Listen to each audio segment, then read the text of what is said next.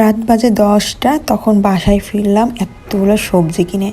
আসসালামু আলাইকুম, কেমন আছেন সবাই? আশা করি সবাই খুব ভালো আছেন। তো আমরা যেহেতু বাইরে খেয়েছিলাম, তো বাসার জন্য পার্সেল নিয়ে এসেছি। কিন্তু নিয়ে এসে আর কি হলো, সে তো আমরাই খেলাম, সে তো কিছুই খেলো না। কারণ আসলে বয়স হয়ে গেল না, এগুলো খাবার একদমই পছন্দ হয় না। তো এই যে মা বসে পড়ছে সব শাক সবজি নিয়ে সকালবেলা, আর আমাদের এই যে রুটি বানানো চলছে, এটা হচ্ছে লাউ ভাজি। তো সকালে গরম গরম লাউ ভাজি আর গরম গরম রুটি কিন্তু ভীষণ মজা। আমার সকাল সকাল ভাত একদমই পছন্দ না, একটু রুটির চা হলেই আমার হয়ে যায়। আর দুধ চাটা তো অবশ্যই অবশ্যই লাগবে আমাদের বাসায় সবার। সবাই খুব দুধ চায়ের ভক্ত। আর শীতের সময় না বারবার চা খেতে ইচ্ছা হয়, বারবার মনে হয় একটু রং চা খাই, একটু দুধ চা খাই। কিন্তু এই সময়টা পানি খাওয়ার চাপটা একদমই কমে যায়। পানি যেন খেতেই ইচ্ছা হয় না, ঠান্ডার ভয় পানি ধরতেও ইচ্ছা হয় না।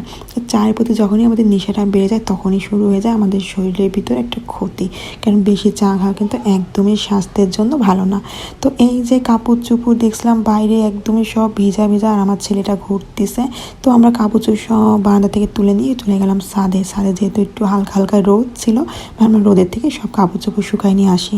ছাদের উপর কাপড় নাড়া নিয়েও কিন্তু হিস্ট্রি আছে, সেটা আপনাদের পরে শেয়ার করব। তো এখানে হচ্ছে শিং মাছ। তো শিং মাছটা সুন্দরভাবে ধুয়ে পরিষ্কার করে রাখা হয়েছে, আর এখানে দিয়ে দেওয়া হলো রসুন, আদা আর পেঁয়াজের পেস্ট। তো এটা খুব সুন্দরভাবে ভাজা ভাজা করে কষায় এখানে সব মশলা অল্প অল্প করে দিয়ে দেওয়া হলো। যেহেতু এটা রান্না করা হবে লাউ শাক দিয়ে, তো এই মশলাটা কিন্তু খুবই অল্প দিতে হবে, নয়তো খেতে কিন্তু একদম ভালো লাগবে না। আর বাজার থেকে লাউ শাকগুলো এতটাই সুন্দর ছিল, এতটাই ফ্রেশ ছিল যে কি বলবো, রান্না করার পর এর টেস্টটাই ছিল অন্যরকম। তো এই যে মশলা কষানো এখানে হয়ে গেল, এখন দিয়ে দেওয়া হবে এখানে শিং মাছগুলো। শিং মাছগুলোও কিন্তু খুব সুন্দরভাবে ফালি ফালি করে কেটে নিয়েছে, কিন্তু বড় শিং মাছগুলো ছিল। আর মাছটা কিন্তু ভীষণ স্বাদের মাছ ছিল। হ্যাঁ, তো এই যে এখানে মাছ কষানো হয়ে গেল, একটুখানি পানি দিয়ে দেওয়া হলো, একটু সেটা কষানো হয়ে গেলে উঠায় রাখা হবে। আর শিং মাছ দিয়ে কিন্তু লাউ শাক রান্না ভীষণ ভালো লাগে। এটা গ্রাম অঞ্চলে কিন্তু বেশ ভালো চলে এই রান্নাটা।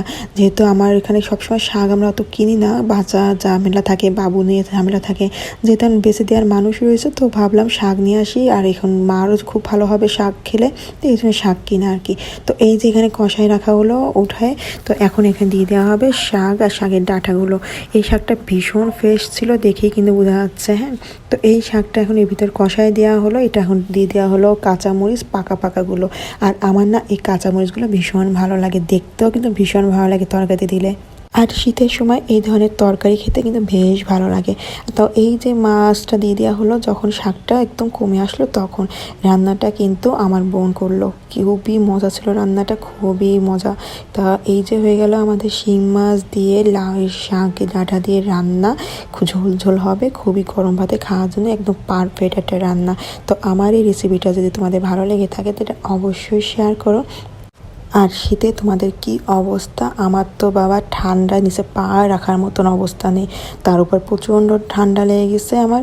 তারপর মাথাটা ব্যথা, বাঁধা তো একদমই যাওয়া যায় না ঠান্ডার কারণে। তো কেমন হলো আমার এই সুন্দর পেজটা অবশ্যই ফলো দিয়ে রেখো। আল্লাহ হাফেজ।